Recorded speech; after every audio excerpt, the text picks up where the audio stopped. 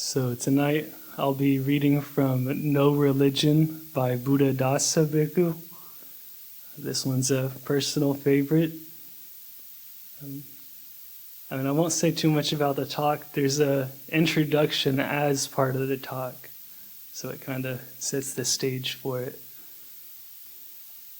See, this was given on January 27th in 1967. I didn't come here today to give any formal sermon or lecture, but to have an informal chat among friends.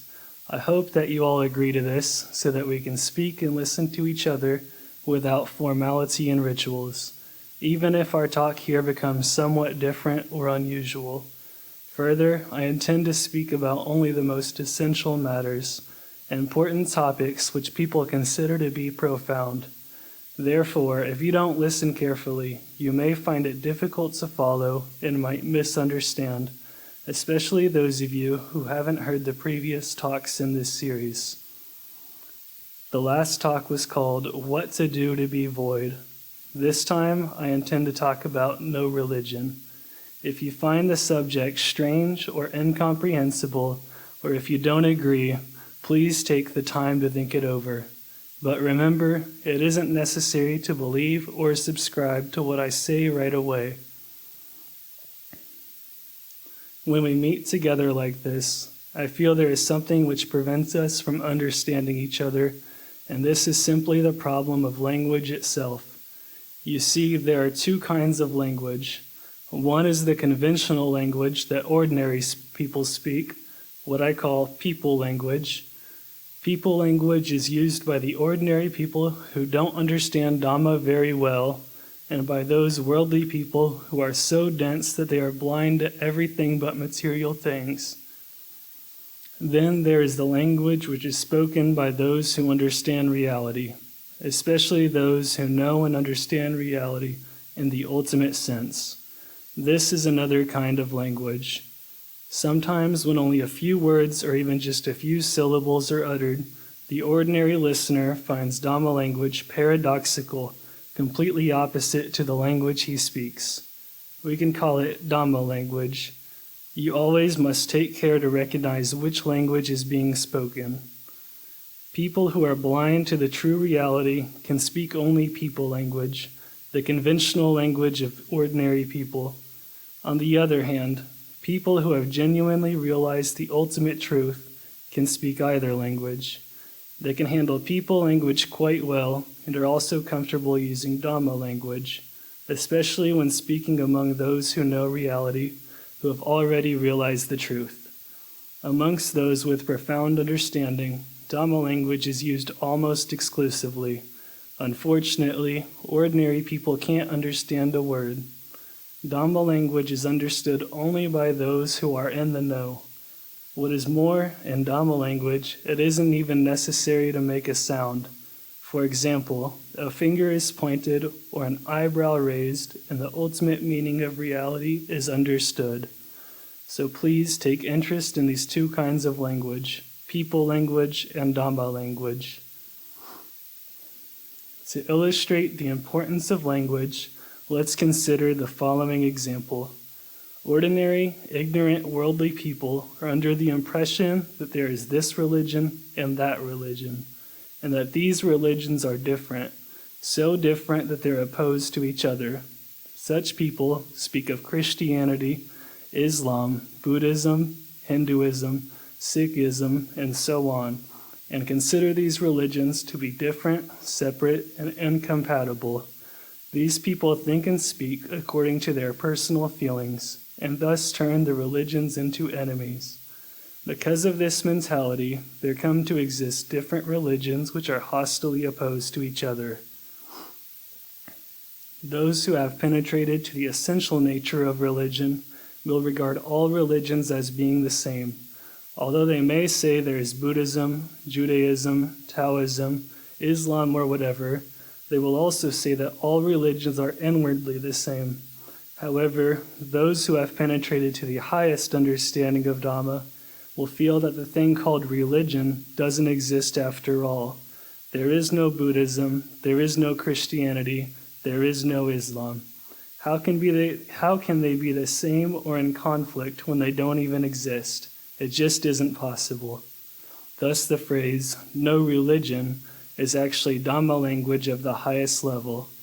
Whether it will be understood or not is something else, depending upon the listener, and has nothing to do with the truth or with religion.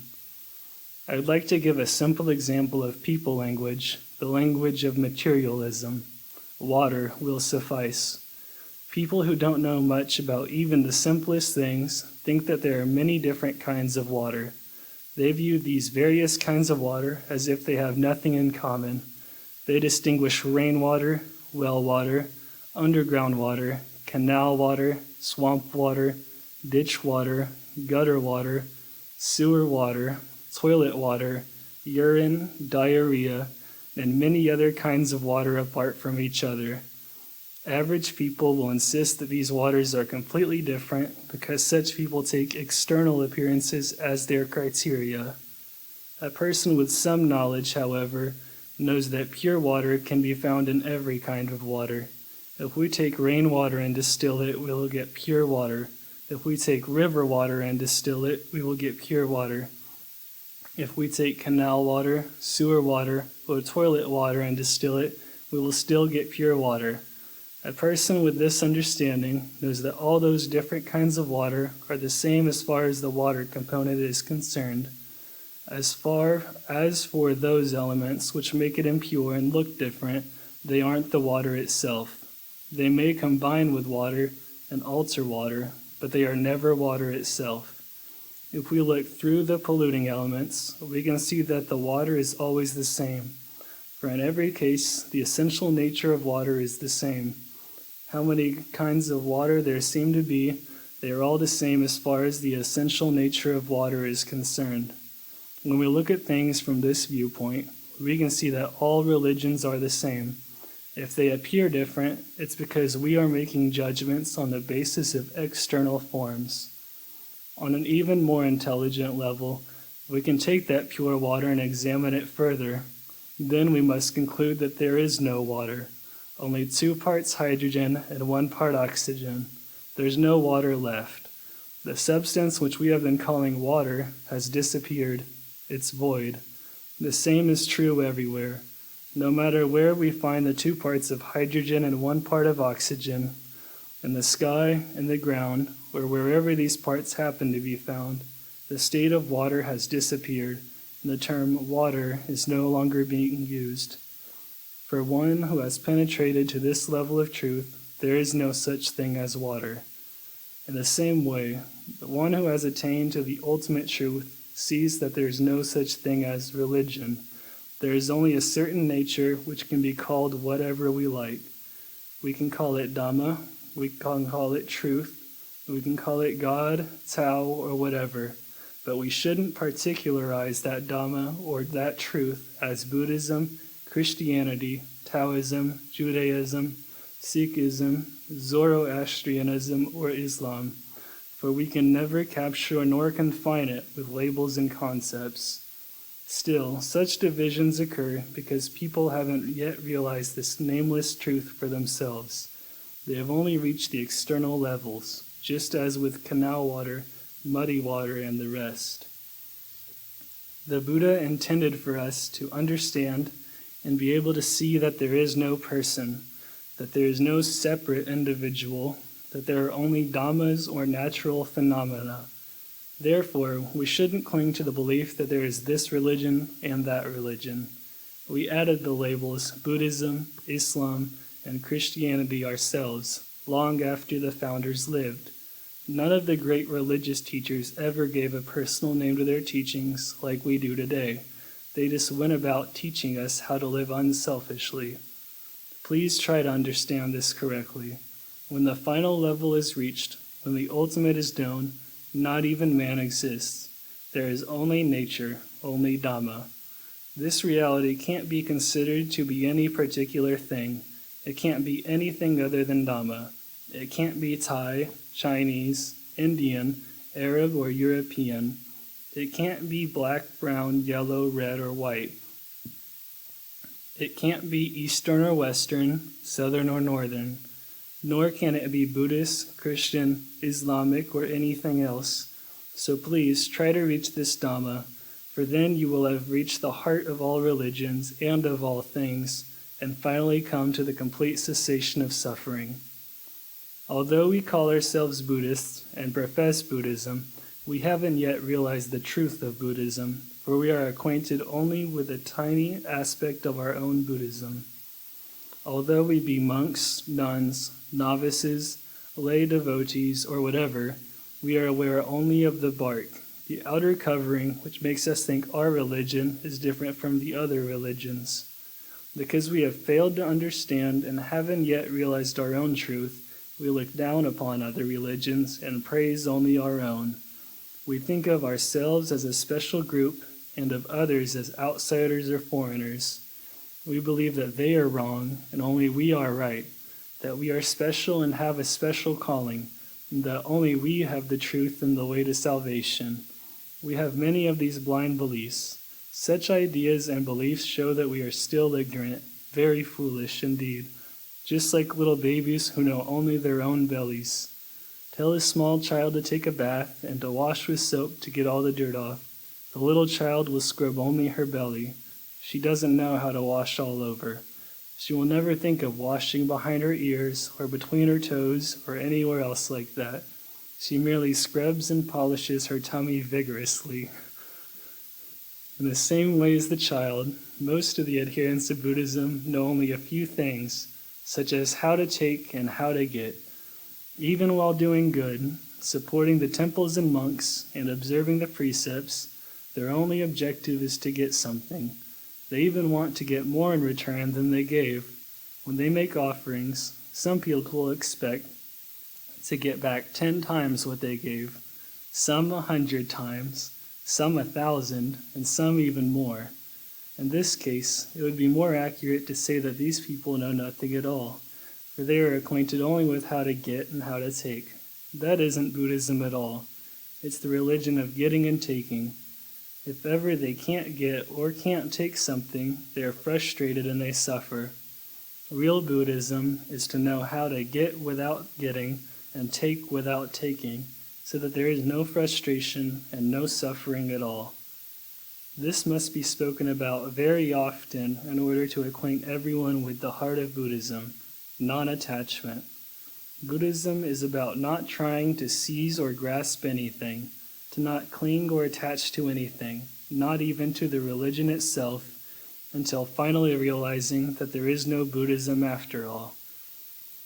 That means, if we speak directly, that there is no Buddha, no Dhamma, and no Sangha. However, if we speak in this way, nobody will understand. They will be shocked and frightened. Those who understand see that the Buddha, the Dhamma, and the Sangha are the same thing. That is, just Dhamma or just nature itself.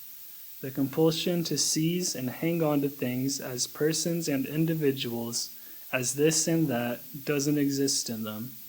Everything is non-personal, that is Dhamma or nature in its pure state, or whatever we wish to call it, but we dare not think like this. We are afraid to think that there is no religion, that there is no Buddha, Dhamma, or Sangha. Even if people were taught or forced to think in this way, they still wouldn't be able to understand. In fact, they would have a totally distorted understanding of what they thought and would react in the opposite way to what was intended.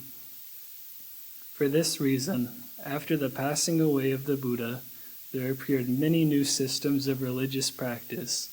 The teachings were reorganized into descending levels with lower, more accessible aspects, so that even if someone wished to make an offering in order to gain heavy benefits in return, equal to dozens, hundreds, or thousands of times their merits, it could be done. This was a preliminary arrangement so that the rewards for good deeds would be a bait to attract people and keep them from going astray.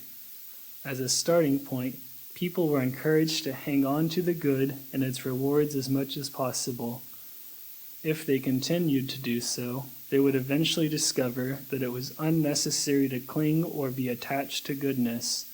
They would come to see that any such attachment is unsatisfying and painful. Thus, they would gradually disentangle themselves from the habit of attachment. This is how Dhamma leads through successively higher levels, and is why the practice of Dhamma in its earliest stage is based on gaining merits to let people get something they really like at the start. The next step on the path of Dhamma is to voluntarily choose to live a plain and simple life, a pure life, in which one isn't led astray or intoxicated by anything. On this level, there is still a sense of the I who is enjoying this mode of happiness, but it's a better, more developed I. The next level of Dhamma is not to let any traces of the I remain at all. It's finished. The mind no longer has the feeling of being I, of being a self, and there is no way that suffering or dissatisfaction can happen, since there is no I to suffer. Suffering can't occur because this egolessness is the highest happiness, if we speak in people language. If we speak in Dhamma language, however, there is nothing to say. There is nothing to get, nothing to have, nothing to be. No happiness, no suffering, nothing at all. We call this voidness. Everything still exists, but it's free and void of any feeling of being I or mine. For this reason, we say voidness. To see that everything is void is to see things as being neither an aspect of oneself nor in any way possessed by oneself. The words void and voidness in the common language of ignorant people mean that nothing exists, but in the language of the Buddha, the awakened one, the words void and voidness mean everything exists, but without attachment to it in terms of I or mine. That there isn't clinging or attachment to things as being I and mine is voidness of I and voidness of mine. When the words void and voidness are used in this way, it's the voidness of Dhamma language. To use void in the sense that nothing actually exists is the language of worldly people who are trapped in their senses, is the language of materialism, is the language of householders who know nothing but their homes. Here, voidness has given us another example of the difference between people language and Dhamma language. We should always keep in mind this truth about language and discriminate whether the words we hear, read, and use are people language or Dhamma language. For example, the Buddha said, "Kill your father and kill your mother, then you shall attain Nibbana. Kill your father and mother. Be an ungrateful child, then you shall attain Nibbana." The Buddha didn't mean that we should take this literally and kill our flesh and blood parents. Instead, he meant that ignorance is another kind of father, and craving is a kind of mother. The two give birth to ego consciousness, and subsequently all forms of selfishness and sin. There's no reason to feel any gratitude toward them. Destroy them immediately, and Nibbana is realized. To speak in this fashion is to use the Dhamma language which the ordinary person is unable to understand. He must study and inquire, think and reflect, until finally he understands. But the noble ones, those who have realized Dhamma already, will understand immediately, though only a few words are spoken, and without any explanation or advice. Just one word is enough for them to understand, without further explanation, because they know Dhamma language thoroughly. The words birth and death require the same discrimination regarding language. In people language, the word birth means to be born from a mother's womb. In Dhamma language, however, the word birth means some form of attachment is born. This kind of birth happens every time we allow the arising of a thought or feeling which involves grasping and clinging to something as I or mine, such as I am, I have, I think, and I do. This is the birth of the I, or the ego. For example, think like a criminal, and one is instantly born as a criminal. A few moments later, those thoughts disappear. One thinks like a normal human being again, and is born as a human being once more. If a few few moments later, one has foolish thoughts. Right then, one is born as a fool. If one thinks in an increasingly foolish and dull manner, one will be born as an animal immediately. Whenever an attachment is felt intensely, when it burns inside one with the heat of fire, one is born as a demon in hell. Whenever one is so hungry and thirsty that one could never be satiated, one is born as an insatiably hungry ghost. When one is overly cautious and timid without reason, one is born as a cowardly Titan.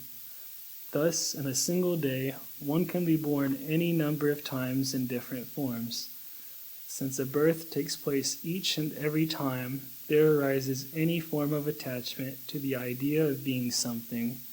Each conception of I am, I was, or I will is simultaneously a birth. This is the meaning of birth in Dhamma language. Therefore, whenever one encounters the word birth, one must be very careful to understand its meaning in each particular context. Birth is suffering. These words mean that the egoistic kind of birth described above is always painful and ugly. That is to say, if we allow I to be born in any manner, suffering occurs immediately.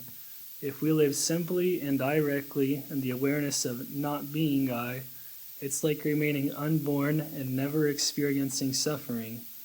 Although physical birth has happened long ago, there is no further spiritual birth of the egoistic I.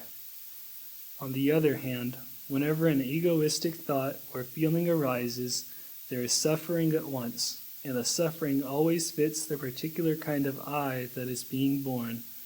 If I is human, it suffers like a human.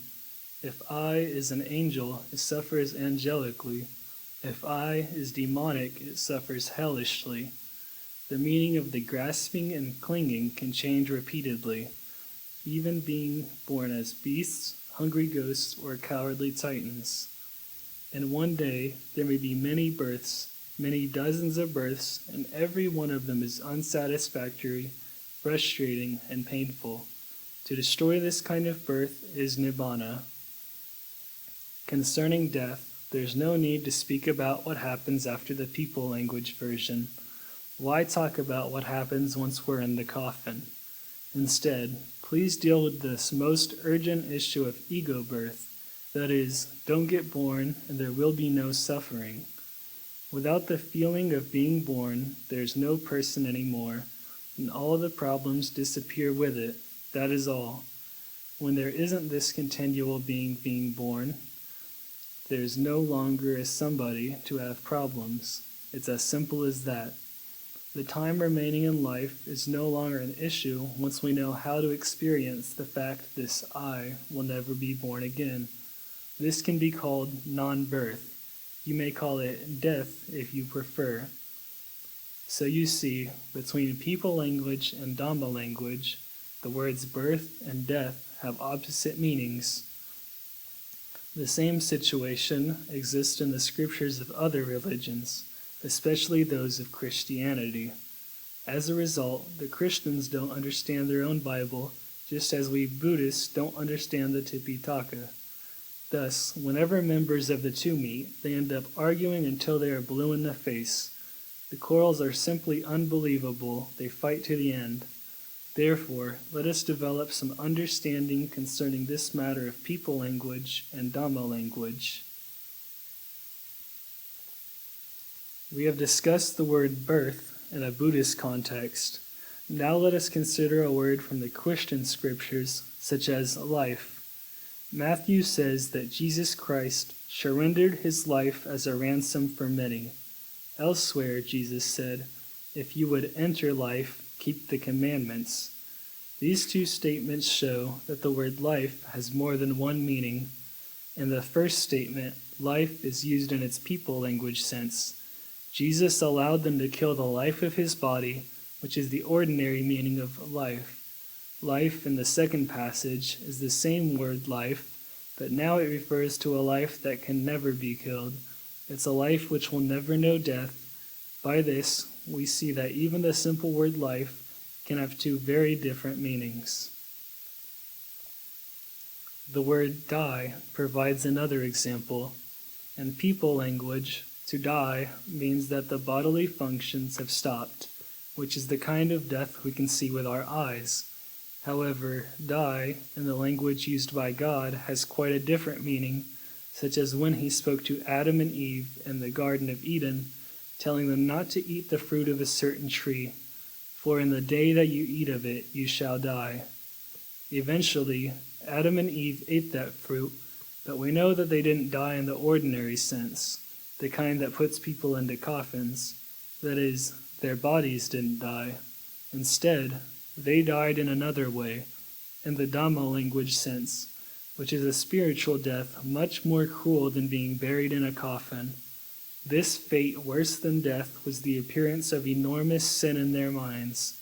That is, they began to think in dualistic terms: good and evil, male and female, naked and clothed, husband and wife, and so on. The pairs of opposites proliferated, making the pain very heavy, so much so that their minds were flooded by a suffering so severe that it's impossible to describe. All this has been passed down through the years and inherited by everyone living in the present era. The consequences have been so disastrous that the Christians give the name original sin to the first appearance of dualistic thinking. Original sin first happened with that primordial couple and then was passed on to all their descendants down to this very day. This is what God meant by the word death. Whenever we partake of this fruit of dualism, we must die right then and there. This is the meaning of death in Christian language. Death has the same meaning in the language of the Buddha. Why is this so? Because both religions are pointing to the same truth concerning attachment and dualism. Whenever dualistic thoughts arise, there is bound to be suffering, which is death. Death means the end of everything good, the end of happiness, the end of peace, the end of everything worthwhile. This is the meaning of death in Dhamma language. Most of us die this way many times each day. It's called death because it makes the heart heavy. It always creates a feeling of frustration and depression to some degree, not to mention worry, restlessness, and anxiety. The more intelligent and clever a person is, the more often one dies, and the more profound the deaths. The clever person's deaths are much more special and creative than those of an ignorant person. We must know how to avoid death in order to be in accord with the teachings of the Buddha and Jesus, along with the other prophets. The objective of Buddhism is the same as of Christianity. Don't let this original sin overpower you. Don't let dualistic attachment dominate your heart or your mind. Refuse to let it dominate the mind ever again. We must always be aware of the true nature of Dhamma, that in reality there is no duality of any sort, no gain, no loss, no happiness, no suffering, no good, no evil, no merit, no sin, no male, no female. There is absolutely nothing at all that can be separated and polarized into opposites. Rather than buy into them, we ought to transcend. The dualistic pairs are the basis of all attachment, so don't fall for their tricks. Don't attach to any of them. Try to understand that these things can never be seized and held onto because they are impermanent, lack any real substance, and are not self. Try to go about your business with a mind that is unattached. Work with a mind that clings to nothing and is free from all forms of attachment. This is called working with a void mind. We should perform every kind of task with a void mind, no matter whether it's at the office or at home. Even rest and recreation should be done with a void mind, a mind that always remains unattached and free because it's above all dualities. If we work with a busy mind, a mind that is restless and always grasping and clinging to one thing or idea after another, a mind that is overburdened with attachments, then there is suffering, and we must inevitably be born in a lowly state. The lower realms spoken of by traditional Buddhists happen right then and there. Birth as a demon in hell, as a beast, as a hungry ghost, or as a cowardly titan takes place at that very moment. This is the most serious problem facing humanity. It's the most original sin, and it's death in Dhamma language. Therefore, we should live, work, and play without attachments. There is a short verse of mine which I'd like to discuss. Do work of all kinds with a mind that is void, and to voidness surrender all of the fruits. Eat the food of voidness as the holy ones do. You'll have died to yourself from the very start. Some people are unable to understand this verse, and they keep saying that the author is crazy. Nonetheless, it isn't so difficult to explain. That we should do every kind of work with a void mind is a warning that the busy and agitated mind, which jumps into things with attachment, always becomes dark and clouded with delusion, is full of worries and fears, and becomes gloomy and insecure. If people insist on keeping this up, before long they are sure to suffer a nervous breakdown or some other kind of illness. If they let these mental diseases and related physical ailments accumulate, they end up confined to a sick bed. Even though they may be intelligent, talented, and sophisticated people who do important work and earn a great deal of money, they will still end up being confined to a bed with nervous breakdowns, ulcers, and other disorders caused by insecurity and anxiety. All of these illnesses begin with attaching and clinging to such things as fame and money, profit and loss, happiness and unhappiness, and praise and blame. So don't get involved with these things. Get free of all such attachments, and the mind will be void. The mind will be brilliantly intelligent, as clear and sharp as possible. Then do your work with just such a void mind as this. All your needs will be satisfied without the least bit of frustration or suffering. Sometimes it will even seem to be a dhammic sort of fun. Best of all, working like this is the kind of Dhamma practice which frees us from the false distinction between practicing Dhamma at the temple and working at home.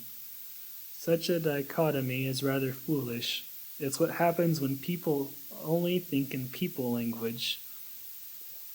According to Dhamma language, we must practice Dhamma in this body and mind at the same time that we do our work with this same body and mind. Both work and Dhamma practice are done in the same place or the same thing. The practice of Dhamma is there in the work. The work in itself is Dhamma practice. In other words, to do work of any kind without grasping or clinging is a way to practice Dhamma. Wherever and whenever we practice non-attachment, there and then is Dhamma practice. Accordingly, whether we are engaged in training the mind to be unattached and calm, or whether we are working to earn a living in some occupation or another, if we do so with a void mind that forms no attachments, right there is the practice of Dhamma. It doesn't matter if we are in an office, a factory, a cave, or whatever. To work like this, without getting involved in attachments, obsessions, and ego, is what is meant by do work of all kinds with a mind that is void. The result of working this way is that we enjoy ourselves while working, and the work is done well because our minds are very clear and sharp then, and there are no worries about things like money. The things we need are acquired in the usual ways, and all this without the attachment forged by grasping and straining. There is some more pages, but we have this book in the library, and there's several copies too. I think Ajahn Yanako could answer some questions if anyone has some. It's a very good reading and higher wisdom from Longpa Buddhadasa. In Thai we call it Longpa Buddhatat. And a talk being given in 1967. I think Ajahn Sudanto was born in 1968, so just some context, that's 58 years ago. Longpa Liam always, he also talks like that, somebody was asking Longpa Liam under his kuti one time, I can't really understand Thai so well, and he said that's not a problem. You just want to understand Dhamma language. He said that's what's important. They all talk like that. Any questions, comments? Okay, that's saying a lot in Dhamma language. I think that's good for this evening.